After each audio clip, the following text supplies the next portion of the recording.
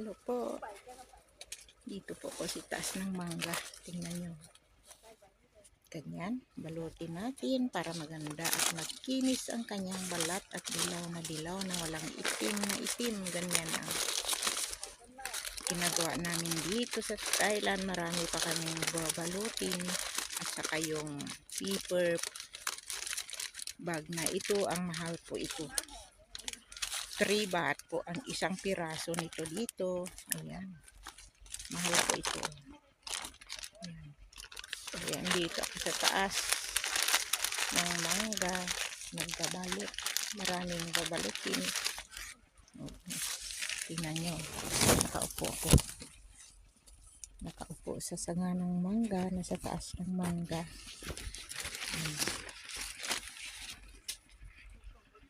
Ayan. Maghawak lang kasi nakakatakot kasi baka mamaya mahulog ako. Yan. No. Ang taas kasi may ibang puno kasi naman yan. Tingnan nyo. Yan. Doon ang nasa baba. Yan.